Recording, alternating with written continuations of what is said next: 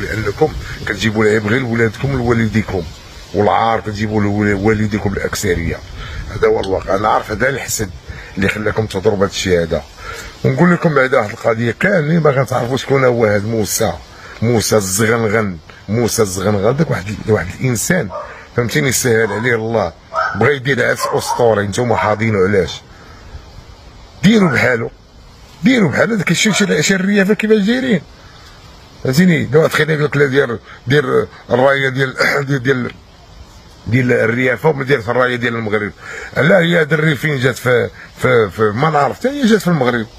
راه كاينه رايه وحده كالزماله ديال المغرب، وكل واحد عنده الحق. راه كاينه الرايه ديال الرجاء البيضاء، وكاينه الرايه ديال اولمبيك اسفي، كاينه الرايه ديال اولمبيك خريب، كاينه الرايه، كل واحد كل فرقه دايره الرايه ديالها. صافي الزغنغن عندهم الرايه ديالهم، الامازيغ عندهم الرايه ديالهم، الامازيغ كاملين عندهم رايتهم لحقهم، العربيه تا هما عندهم رايتهم، كل واحد عنده الرايه ديالو. كان الرايه الموحده هي الرايه ديال المغرب.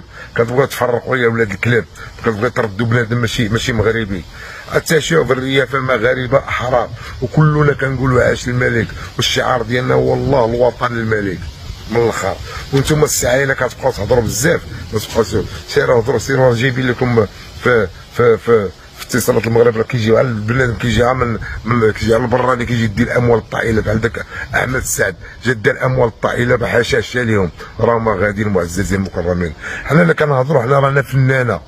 كنهضر انا بعدا اللي كنهضر بالحرق على الفن.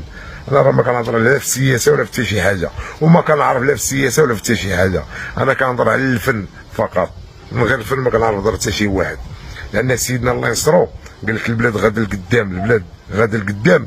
اذا من البلاد غادا لقدام خص المواطنين كاملين يستافدوا، كاملين منهم الخضاره، الجزاره، كيبيعوا التبن، كيبيعوا اللبن، اللي كيبيعوا الخيزو، اللي كيبيعوا اللي بغاو يبيعوا. فهمتيني. انا وضع المواطنين يستافدوا